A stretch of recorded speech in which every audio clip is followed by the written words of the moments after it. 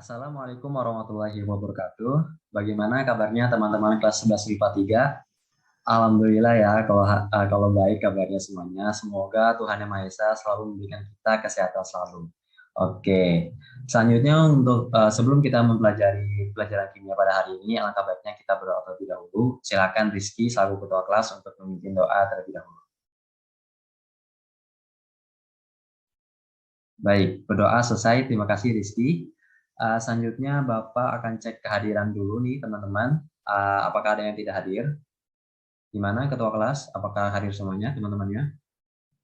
Oke, alhamdulillah hadir semuanya ya. Nah, tetap dipertahankan semangat belajarnya di kala-kala saat ini. Oke? Oke, kalau begitu selanjutnya bisa teman-teman siapkan buku kimianya dan buka halaman 150 pada materi sistem koloid. Oke? Ayo semuanya disiapkan bukunya.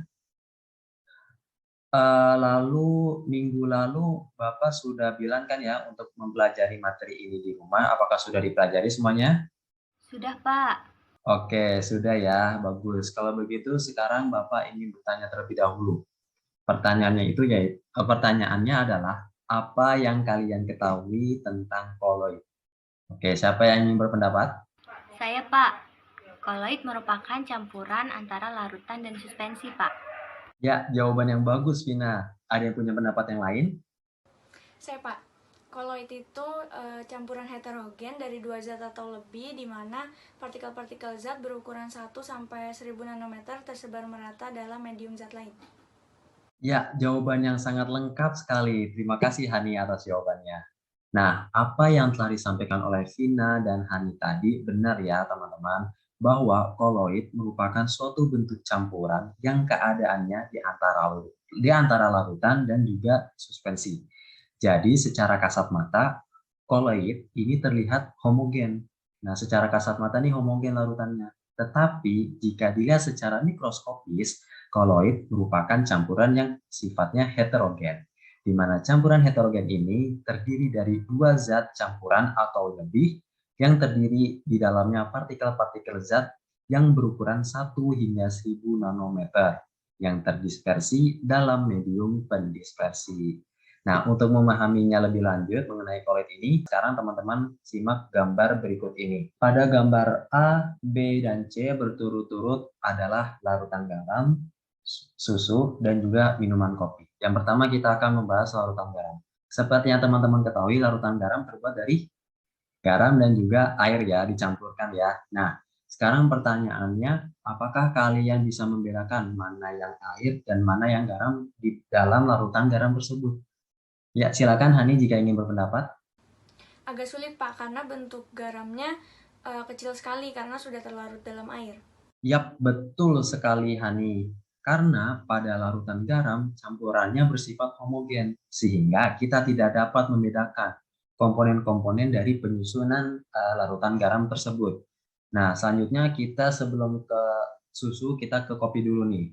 Nah, pada minuman kopi merupakan campuran dari serbuk kopi dan juga air, di mana pada umumnya kopi jika sesaat setelah dicampurkan serbuk kopi dan juga air, kita dapat dengan jelas melihat adanya perbedaan.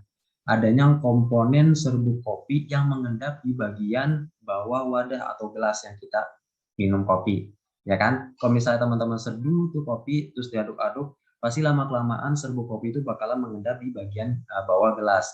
Nah, hal tersebut menunjukkan bahwa minuman kopi merupakan campuran yang heterogen atau kita bisa sebut juga dengan suspensi. Bagaimana dengan gambar yang B, yaitu susu? Bagaimana menurut kamu, Vina? Menurut saya, susu terlihat seperti larutan garam yang bersifat homogen, Pak. Tapi kalau dilihat-lihat lagi, sepertinya susu merupakan campuran heterogen antara lemak susu dengan air, Pak. Ya, pendapat yang bagus, Vina. Nah, dilihat dari pendapat Vina tadi, teman-teman, maka kita bisa simpulkan bahwa susu sifat campurannya berada di antara campuran homogen dan campuran heterogen atau kita kenal dengan istilah koloid.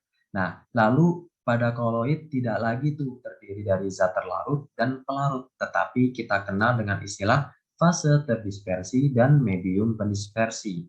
di mana fase terdispersi merupakan zat yang didispersikan atau zat yang tersebar merata pada medium pendispersinya. Nah, jika dilihat pada susu, kita akan mengetahui bahwa fase terdispersinya adalah lemak susu yang tersebar merata pada medium pendispersinya, yaitu air. Nah, selanjutnya untuk memahami lebih lanjut mengenai sistem koloid ini, silakan teman-teman mencari jenis-jenis koloid yang ditinjau dari fase terdispersi, medium pendispersi, nama koloid, serta contohnya dalam kehidupan sehari-hari. Tolong dibuat dalam bentuk tabel di atas kertas HVS ya teman-teman. Sekarang untuk waktu pengerjaannya Bapak berikan waktu selama 30 menit. Yang paling tercepat, 10 orang paling tercepat akan mendapatkan nilai bonus dari Bapak. Dan untuk untuk urutan pertama, dua orang pertama yang mengumpulkan akan Bapak kasih ini nih, kue ini. Oke? Oke, silakan dikerjakan tugasnya. Bapak tunggu sama 30 menit.